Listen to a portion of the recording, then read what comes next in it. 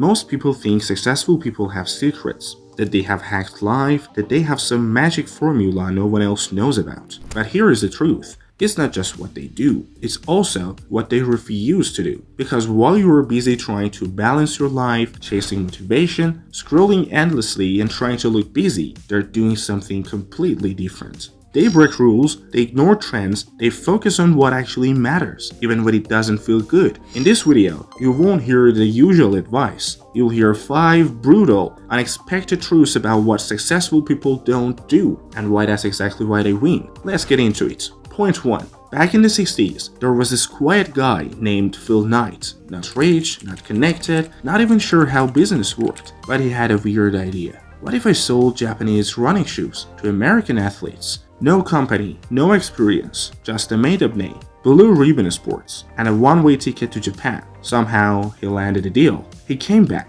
popped open his car trunk, and started selling shoes at local track meets. People laughed. Who buys the sneakers from a guy selling out of his trunk? Well, that nobody renamed his company. Today, we call it Nike. A company that's now worth over $190 billion.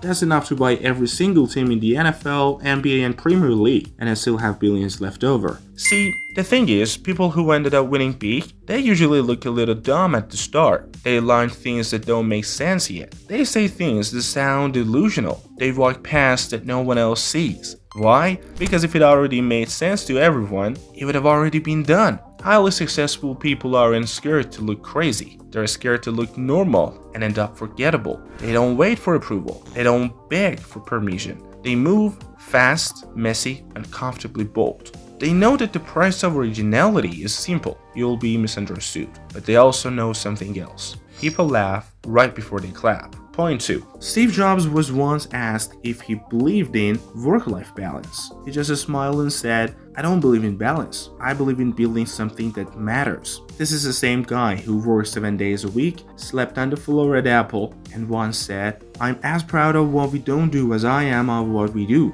To him, life wasn't meant to be balanced. It was meant to be devoted. Here is the brutal truth. The people who make it to the top, they don't balance their life. They sacrifice it. When everyone's out partying, chilling, binging shows or sleeping in, they're locked in, dialed into the mission, tunnel vision on fire. People say, but that's not sustainable. And they're right, it's not meant to be. Greatness isn't a lifelong rhythm, it's a season of madness. A window where you go all in and become something no one thought possible. Balance comes later. First comes the burn. Point 3. Ever had a day where you checked 47 emails, jumped into 5 back-to-back meetings, answered 19 messages, and still felt like you did absolutely nothing? Welcome to the busy trap, where your calendar is packed, but your progress is empty. And here is the worst part. Most people think this means they're productive, but the truth is brutal. Being busy doesn't mean you are moving forward. It just means you are drowning. You are reacting, not creating. You are juggling noise, not building value. The most successful people, they hate being busy, because busy means someone else is running your day. Bill Gates once said, busy is the new stupid. And his brilliance bestie, Warren Buffett, added, the difference between successful people and really successful people is that really successful people say no to almost everything. They're not trying to do more, they're trying to protect the space for what matters. If you're always busy, you're not important, you are replaceable.